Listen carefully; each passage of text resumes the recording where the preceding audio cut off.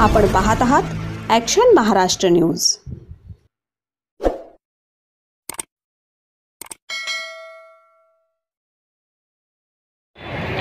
आज सकाळपासूनच गर्दी आहे, काय सांगणार आणि काय माहिती देणार?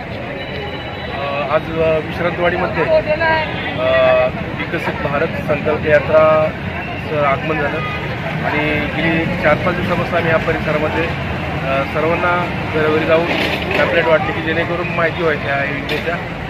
त्यामध्ये आधार कार्ड अपडेट असेल, त्याचबरोबर रेशनिंग कार्डच्या बाबतीतचे काय अडचणी असतील ते असेल, अशा अनेक आयुष्यमान भारत योजना असेल, अशा अनेक योजना मोदी सरकारच्या या ठिकाणी सर्वसामान्यांच्या आणि सगळ्यांच्या जिव्हाळ्याच्या ह्या योजना आज या ठिकाणी नागरिकांना उपयोग होत आहे आणि अनेक समाजाच्या सगळ्या घटकातल्या गोरगरिबांना आणि मध्यमवर्गीयांना याचा मोठा फायदा होणार आहे, याचं आम्हाला आनंद आहे। आज मुस्लिम समाज पण मोठ्या प्रमाणावर दिसते, त्या बाबतीत काय बोलणार? हो, ह्या योजनेच्या ह्या जिव्हाळ्याचा विषय असल्यामुळे सगळ्याच योजना ह्या आरोग्याचा असेल किंवा आयुष्यमान भारत असेल, या सगळ्या अत्यावश्यक बाबीच्या योजना आहेत।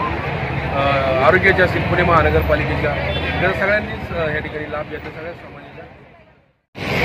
थोडं खाली घ्यावं। हां, आज संपूर्ण देशामध्ये भारत विकसित त्या ठिकाणी मोदी सरकारच्या वतीने चालू आहे।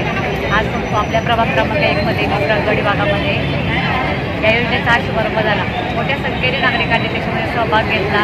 अनेक योजना आहेत की त्याच्यामध्ये तुझं रेशन कार्ड अपडेट असेल, आधार कार्ड अपडेट असेल, आरोग्य बाबतीत विमा योजना असतील, त्याचप्रमाणे अनेक म्हणजे लेडीजला त्याचप्रमाणे की आपल्या आयुष्यमान भारत असेल योजना की या नागरिकांच्या हिताच्या आणि नागरिकांना मोफत योजनेचा कशा प्रकारे लाभ होईल या दृष्टिकोनातून भारत विकसितच्या माध्यमातून या ठिकाणी स्टॉल लावलेले आहेत आणि नागरिकांचा खूप चांगला प्रतिसाद या ठिकाणी योजनेला मिळालेला आहे।